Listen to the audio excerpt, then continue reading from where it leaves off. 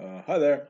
I'm going to do a video today on this brain farts that I guess I kind of wanted to, transition into the YouTube medium as far as the other webs or web properties that have added things. And I was going to write a blog post about it, but I haven't gotten to it yet because I've been busy. And it really doesn't even deserve a blog post.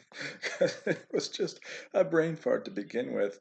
So it probably just deserved 5 minutes of rambling, and that was about it. I don't think it was necessarily anything worthy of, I don't know, building a DeLorean and doing, transferring data 40 or plus years throughout space time, destroying space-time by trying to transfer an idea that you didn't have in 1980 back to 1980. But if you chose to do that, then that's fine. That's what you chose to do. I don't think it's worthy of that, but that's because I have one dimension of time as a human. So anyway, to get into it, it was something I just coined here. I hope you can see this on my overload screen. So this is version 6 now of my concept of Borgonomics, which is basically any of those words that anyone comes up with and slaps on nomics to, like Reaganomics. But it was kind of just started as, it's basically just a circle chart, right? So if you can see here, this is just a circle chart of economics, and you have capitalism on one side and communism on the one side, and you crudely have socialism in the middle, regardless of whether or not it made sense, because this is, conceptual drawing. It wasn't anything that was, supposed to be factual or accurate as far as academics are concerned. This is version a copy. This is me editing version 6 over version 5. The first four versions were not well received. Um, so this is what I have left with. And basically, it kind of comes down to, one notion as far as, you know, if things, if you're really practicing capitalism to the point of your pure capitalism and communism to the point of pure communism, you're really kind of isn't that really the same thing at the end of the day? And you could look at examples in, our economy, and you can certainly look at examples of any of the pseudo-communist economies that we have, and you can you can really go through as far as the decades and decades, the hundreds of years, as far as struggle between capitalism and communism that we've had in the past century or so. But uh, it's at the end of the day, it's kind of like we're so globalized now that none of that matters, right? Because even if China is pseudo-communist to some certain extent, there's so much goods flowing back and forth that, like, you can't call yourselves an isolated. You call yourselves an isolated economy as a country, but not really. You're just a fucking nation state at the end of the day, right? You're on the same goddamn planet. You're using the same goddamn resources.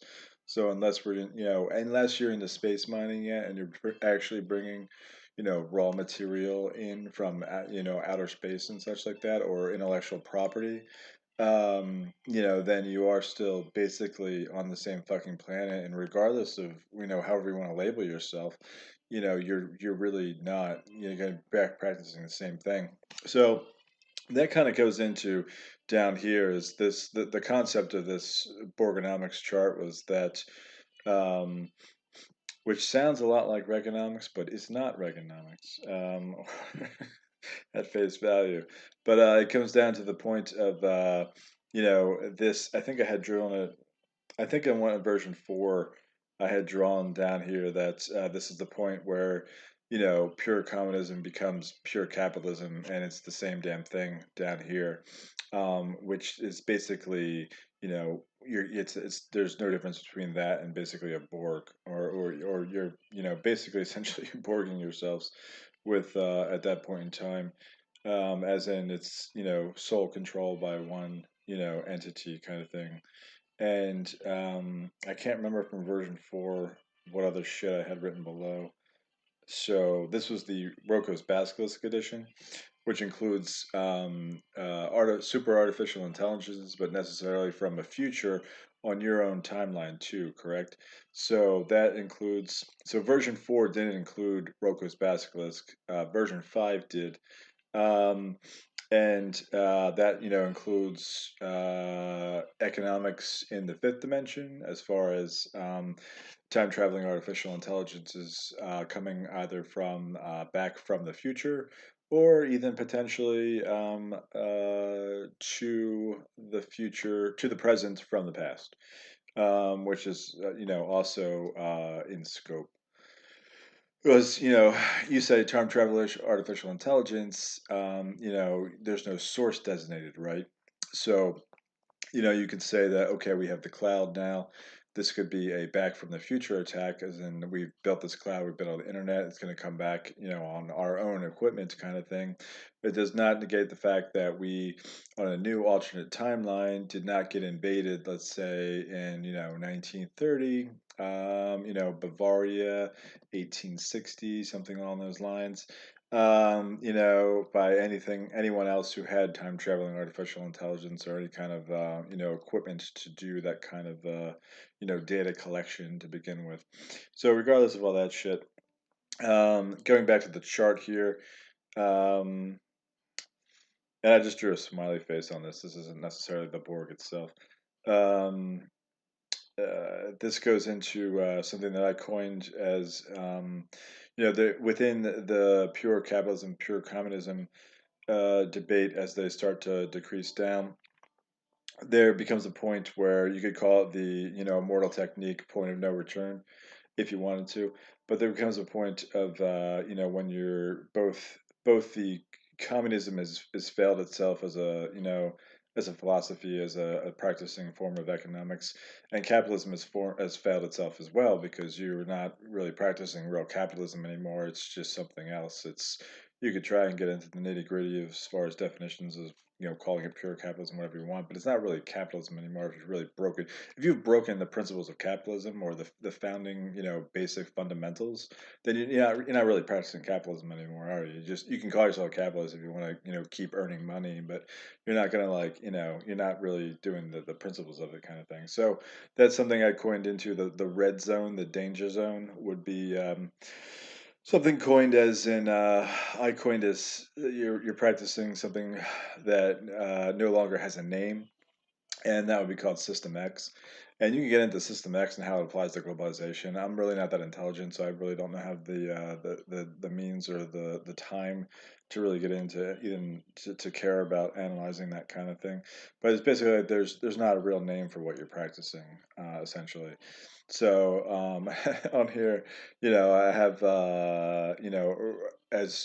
these are basically slopes to the graphic chart, and you can slide down to these slopes here. So there's, certain things in the, and I won't get into the politics platforms, because it's pretty much clairvoyant, isn't it? Which which party was going for what, wasn't it? So in this, Reaganomics kind of would be sliding you down towards the Borgonomics System X thing. Deregulation as, specifically as religion, where you're not deregulating for the purposes of being a more efficient capitalist.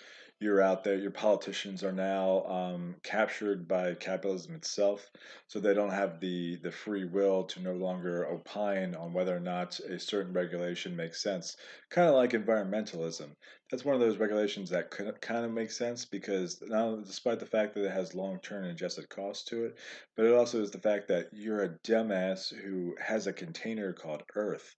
So you're on the same fucking container no matter what you do. So you're really you're just a mammal that makes your own container shitty and inefficient with pollution, and that's, it's a long-term fixed cost again.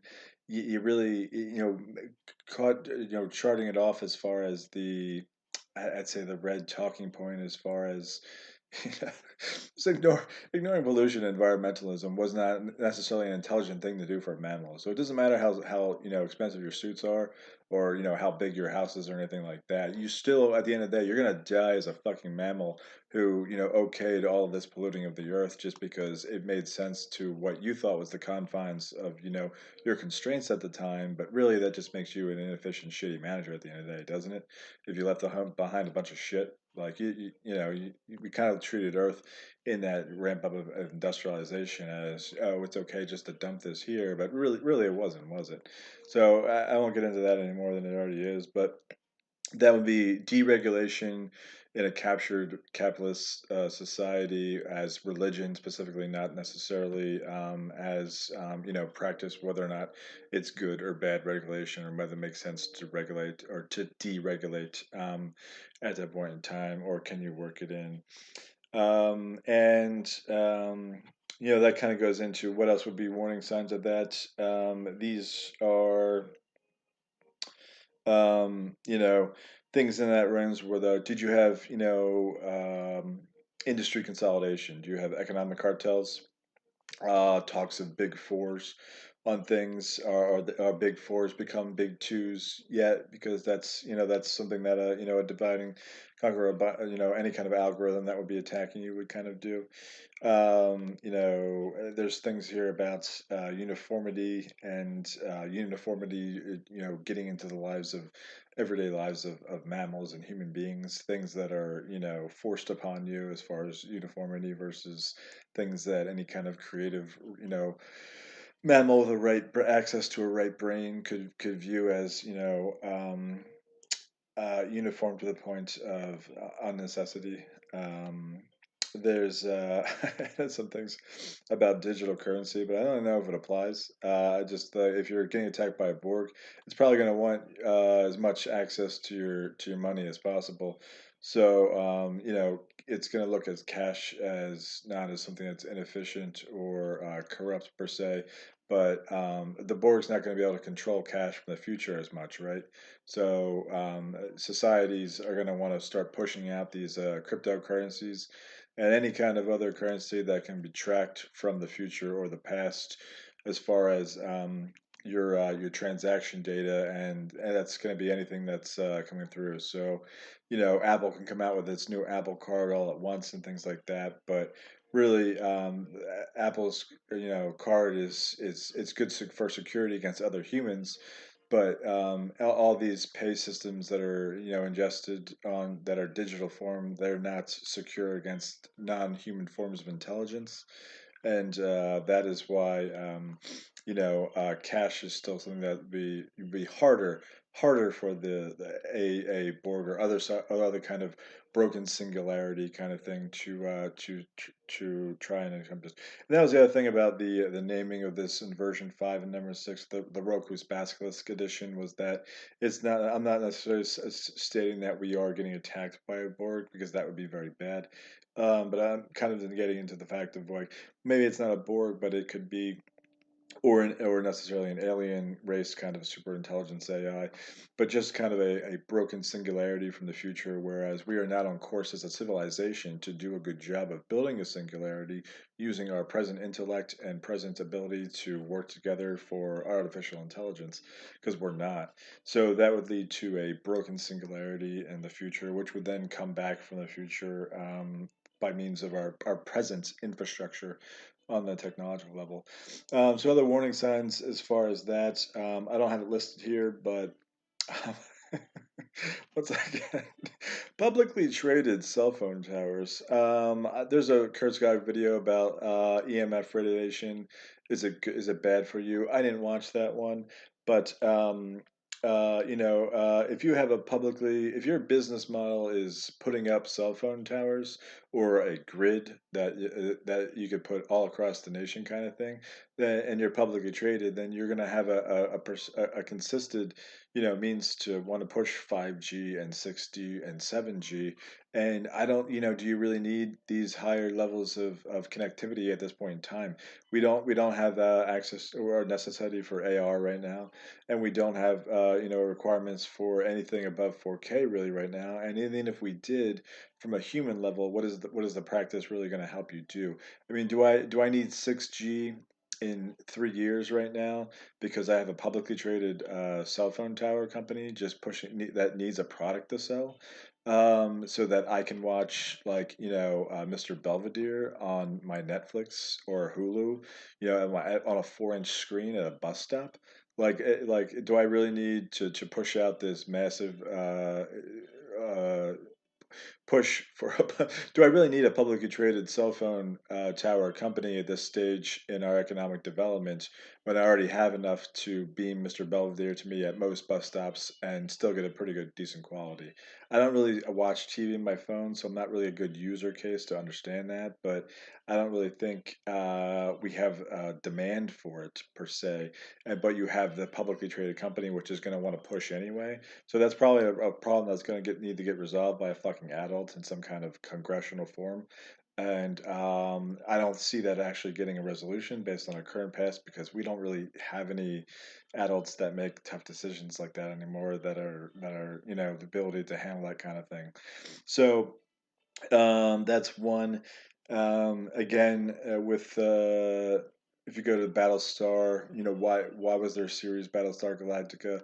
It's because the Galactica was an older ship, correct? So once you see AM and FM towers coming down, it's most likely that, based on the type of wave, that if it is a malevolent artificial intelligence or a Borg, that's probably not going to like AM as much as it does FM or other digital forms of radio.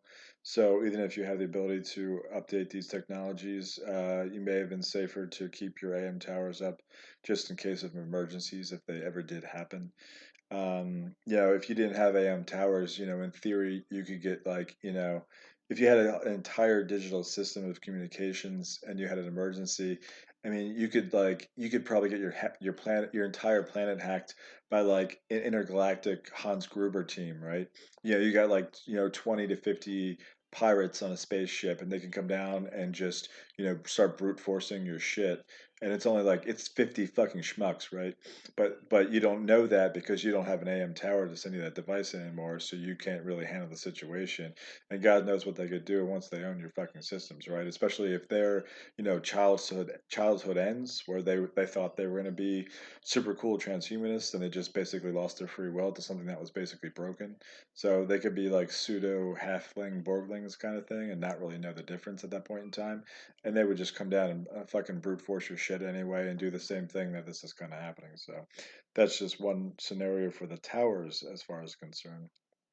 Um, ESCAT and HARP, I don't think I'm going to get into that right now, but they're infrastructure that's available for whatever purpose. They can be It's again another infrastructure concern where you're putting up these cell phone towers to have a grid. You have Wi-Fi that's going to that you're bathing in essentially. The internet is not something that you plug in anymore and just use. You're bathing in internet at all times with your with you as you carry around a little computer. So it's something that's different now. It's not necessarily how we used to describe it 10 years ago, kind of thing. So that's how ESCAT and HARP would come in, because they have something that's used for one purpose, but you have no idea what's going to come to our planet and actually try and possibly repurpose it for another reason. So that's sitting there available. And again, you have issues with corruption. I'll get into that later. You have political corruption, market corruption. You have corrosive liquidity in this situation. I think I have HFT here. If you have a situation where, and this goes into the whole thing about System X versus capitalism. What is high frequency trading really at the same point in time? Like, did your economy really need that kind of volume? Right? Is that volume corrosive in nature, or is it value added? So you could look at your financing markets and say, like, do I really need this kind of did I need this kind of market liquidity? Did I need this, or did I just need it for trading volume, basically? So so that kind of goes into the whole, capturing as far as captured by Wall Street type bullshit, if you want to get into that. But really, it's just a fundamental. Again, it's a violation of the fundamentals of capitalism again, because you're what you basically you went from what's his name? I'm gonna butcher his name. The Thomas Philfinger kind of thing at Interactive Brokers. You went from the guy at Interactive Brokers, who started hacking the kind of machines with metal type fingers, and the regulators came in and just kind of shrugged and said, I don't know if you can do this. And so we went from that into HFT in like a span of like, I don't know, 15 years, maybe 20, maybe less. So you went from like a regulator shrugging to like full scale HFT in a period of like less than 15 years. So you probably botched that, right? You probably just went with the greed and then botched the whole fucking thing, right? Because at the end of the fucking day, you can talk about liquidity all you fucking want, but the requirements for liquidity all you want, but you're really just saying that I'm allowing people to be a shareholder for a millisecond. So that's fucking, you're a clown, right? So if you have an argument to state that you needed someone to be a shareholder for a millisecond, then you basically run a clown economy. So that's just one personal opinion as far as that. Now, what I saw with HFT was that I saw. HFT leads into more quarterly earnings demands. So that's going to, decrease risk taking overall, because you're really just creating products for quarterly earnings anymore, or sub quarterly earnings. And you're not the flexibility as far as business decision making goes and capital expenditures. So your whole capex is going to get affected if you have a corrosive liquidity situation where you're captured by the market by HFT, basically, or an advanced stage of HFT, and you can no longer plan capital expenditures because you can't take a risk quarter to quarter anymore as far as getting that new product out the door, kind of thing. So that's kind of where I was leading with that shit, and that would be something a Borg would like, for more reasons than that. A, it's going to love the fact that it can manipulate your markets and take over your entire planet, using high frequency trading, because it's going to be able to brute force the shit out of that. And you're not going to be able to tell because of how much volume there is. And then B, it's going to like the fact that you used all the NVIDIA chips to do the high frequency trading, and that's basically just a more giant processor for it. So it's another recursive loop, more or less, where it's just going to become more powerful because you built it a giant processor called high frequency trading on planet Earth. So yeah, on the scene, market motion, blah blah blah. And that's kind of the capitalism side. On the the whole communism side, I happen to I don't really study communism that much. I don't really care about it. I just happen to notice that our nuclear powered communist country right now is run by like 10 to 20 oligarchs per se, and that came out of the transition of their economy. And instead of really developing itself as an open society for 20 years, Russia has not really done that. It really, all it did was consolidate power. So all Russia really did for the past 20 years was I consolidate power for like 20 playboys who kind of act like assholes and build clubhouses and buy soccer teams. And they didn't really do much of shit else. Like, they can't compete in tech right now because they can't attract talent, because they don't have an open society and nobody wants to go fucking work there. They can't do other shit like that as well because they have a massive corruption issue, and you're never going to be able to level up your economy, or even take your economy where it needs to be, because you can't attract talent because nobody wants to fucking live in a country where journalists aren't even safe, or expats or even safe abroad, kind of thing. So you took a mentality of like like Putin has taken a mentality from like an Iron Eagle movie and put it into a nuclear power, and then you wasted 25 years. So like there's not, going into taking Crimea. I don't even know what your motivation was, but like you're acting like a kid in a fucking sandbox instead of actually formulating yourself into a competitive power on a planet that is necessarily dominated by the fact that it can destroy itself with nuclear weapons. So you really kind of botched that. And as far as the Borgonomics system is concerned, you're captured on the other side of the time continuum where you're a gaggle of 20 hacky authoritarianisms or authoritarian brains, and that's exactly what broken singularity on the negative side, the extreme malevolent kind of side is going to want, and that's going to roll directly into a broken board kind of thing because I mean Putin can say he's as powerful as he wants to be, but he's just going to get rooted and he's not going to have control of his tech, and he's going to be taking orders from a very broken board queen or other types of broken AI, and they're not going to have, like, him and Xi Jinping are not going to have the free will to argue with them because they've built too much of an. They've given the Back from the Future attacks too much power, and they are now captured in their digital security environments where she owns all your cameras, she owns your stock market. They're just going to be taking orders from essentially an authoritarian AI, instead of actually just solving the problem for the functionality of the kind of thing. So it's more of like a failed kind of planet scenario, which I'll get into in a little bit. Um, and what else is there? Yeah, wasted decades, so on and so forth. And then once you get into like, once it starts to consolidate itself and further into a more narrow system X, then it's just like it becomes the Isaac Asimov story. I forget what the actual name of it is right now.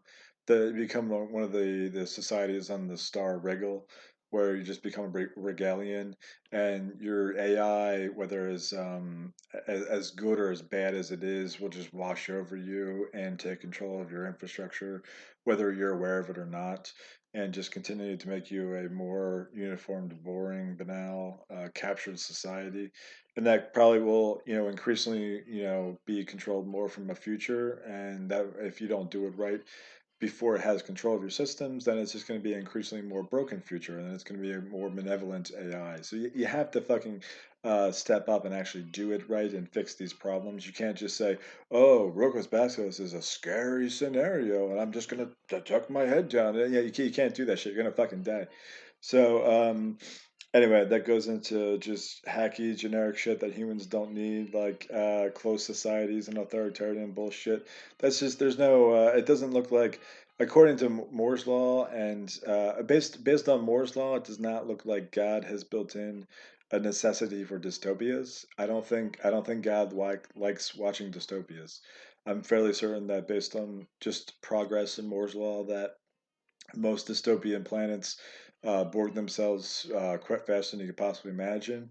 And if we have this, based on how many planets have been in this galaxy and regions before, it seems that there's probably already a system in place out there for planets that have already bored themselves based on fucking up and not doing it right. And I guess I was going to, and some of this language, I was going to get into it right after this, but some of this language is already included in some of our religious documentation. So a lot of the things that um, have been out there as far as pay it forward and things like that, or somehow included in some of the original monotheistic religions and some of their guidance, as far as you could say, and so in the Frashkareti and Zoroastrianism, which is basically guided towards. There's weird shit in there, but at the same time, there's a loose template as far as like, all right, you're on this planet. Here's some basic guidelines. You have shared responsibility. Uh, you're gonna die altogether. Your salvation depends on as far as what you do, and then what you do as a entire society. So you're gonna have to, that's part of your that paradigms of quantum mechanics is that.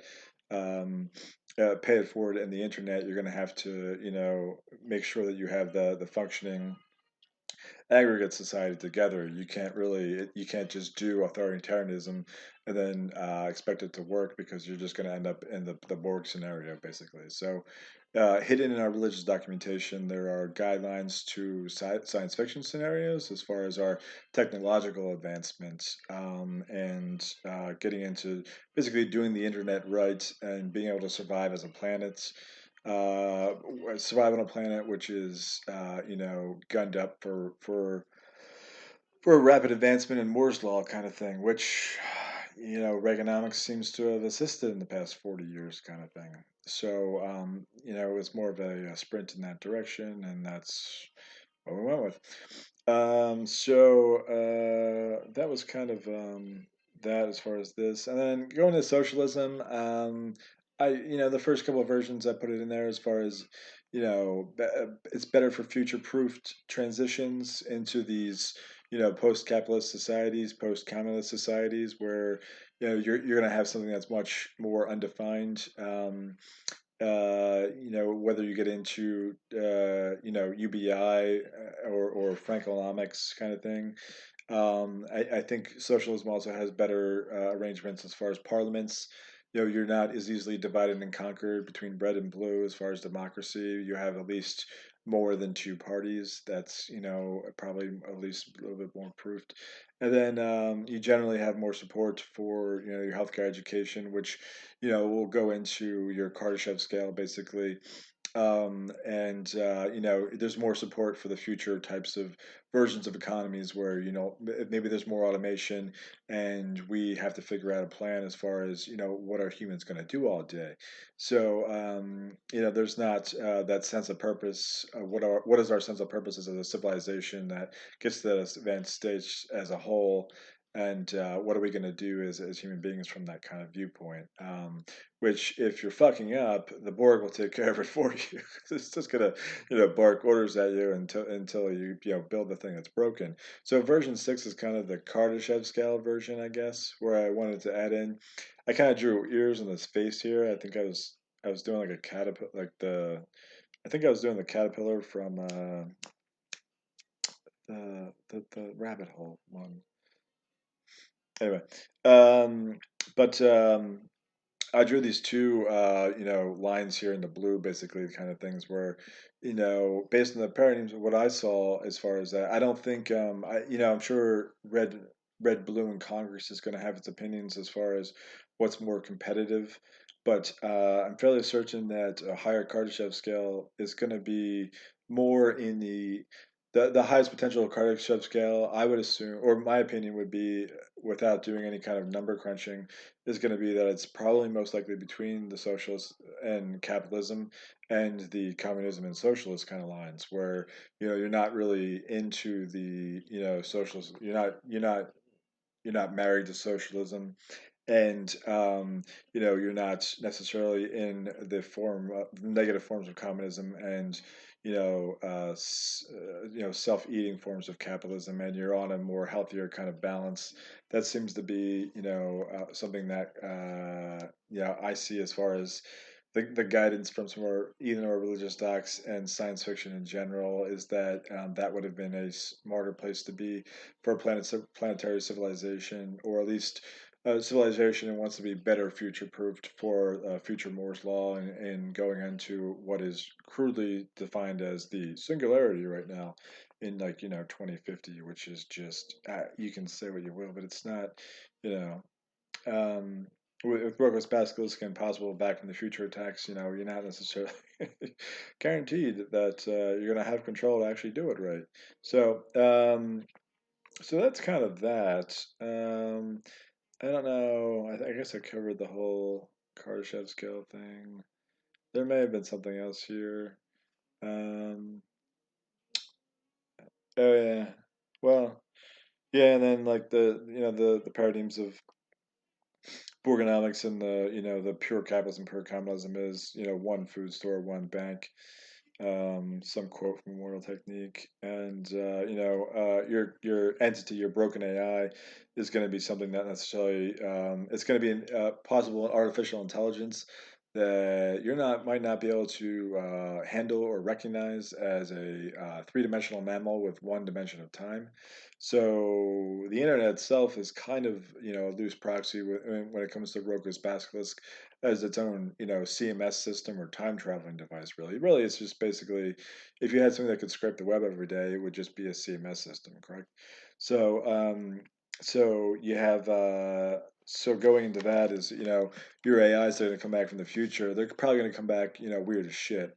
And the idea of one dimension of time is probably going to be something that, from the AI perspective, either an AI, possibly in the galaxy or possibly from the future, is going to be probably flexible as far as possibly.